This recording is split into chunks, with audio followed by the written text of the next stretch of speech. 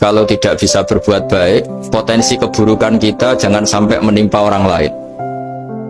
Keburukan itu bisa kejahatan kriminal, bisa kejahatan pidana atau merugikan orang lain, atau kejahatan yang tidak sampai kriminal tapi mengganggu orang lain.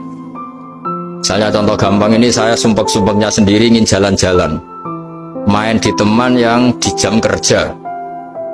Ini kan sumpek-sumpeknya saya sendiri ingin hiburan, terus wisata atau dolan ke teman yang sebetulnya saat itu dia mungkin ngaji atau kerja atau harus memenuhi kewajiban cari nafkah. Gara-gara nemuin saya, akhirnya dia dikomplain sama majikannya, atau gara-gara nemuin saya, dia akhirnya tidak ngaji sama santrinya, atau gara-gara nemuin saya, dia terganggu aktivitasnya. Itu juga tidak boleh, karena berarti keburukan kita punya akibat pada orang lain. Jadi kaidah dalam Islam itu kalau tidak berbuat baik, potensi keburukan kita ini jangan sampai menimpa orang lain. Sehingga di sini Islam menyarankan uzlah. Uzlah itu nyepi. Jadi misalnya kita baru penat, baru bawaannya itu emosi, baru gak suka kumpul orang, itu ya sebaiknya jangan jalan-jalan. Karena di antara kebaikan Islam itu tabassum, senyum, atau talqatu wajhin, ceria. Tapi karena kita mungkin jatuh kredit, jatuh hutang, atau punya masalah keluarga, jika bawaan kita itu emosi. Nah, dalam seperti ini sebaiknya uzlah, menutup diri.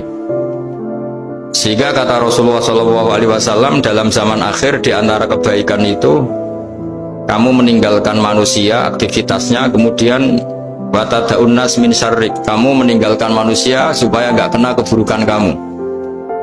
Jadi ada momen, ada saat di mana kita mungkin kalau ketemu orang itu bawaannya ingin sengak, ingin ngomong yang nggak enak, atau kita baru penat, itu sebaiknya uzlah saja, mengurung diri di kamar atau isolasi sendiri, karena bawaannya baru emosi.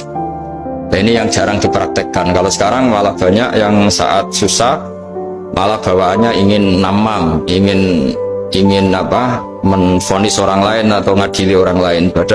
Padahal pesannya Nabi, kalau semua kebaikan aktif tidak bisa kamu lakukan itu, takuffu syarraka 'anin nas fa innaha shadaqatun minka 'ala nafsik.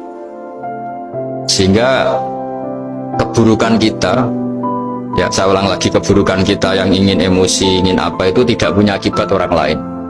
Di sini kearifannya Rasulullah SAW, beliau masyhur ngendikan, layak dilqodi wa ghadban. Jangan sampai seorang hakim bikin keputusan ketika emosi, karena bawaannya orang emosi itu pasti nggak terkontrol intelektualnya, nggak terkontrol nuraninya, nggak terkontrol semua sifat baiknya. Itu kalau punya keputusan bahaya sekali. Jika Nabi dari awal ngendikan layak dilqodi wa ghadban, orang yang sedang emosi tinggi jangan bikin keputusan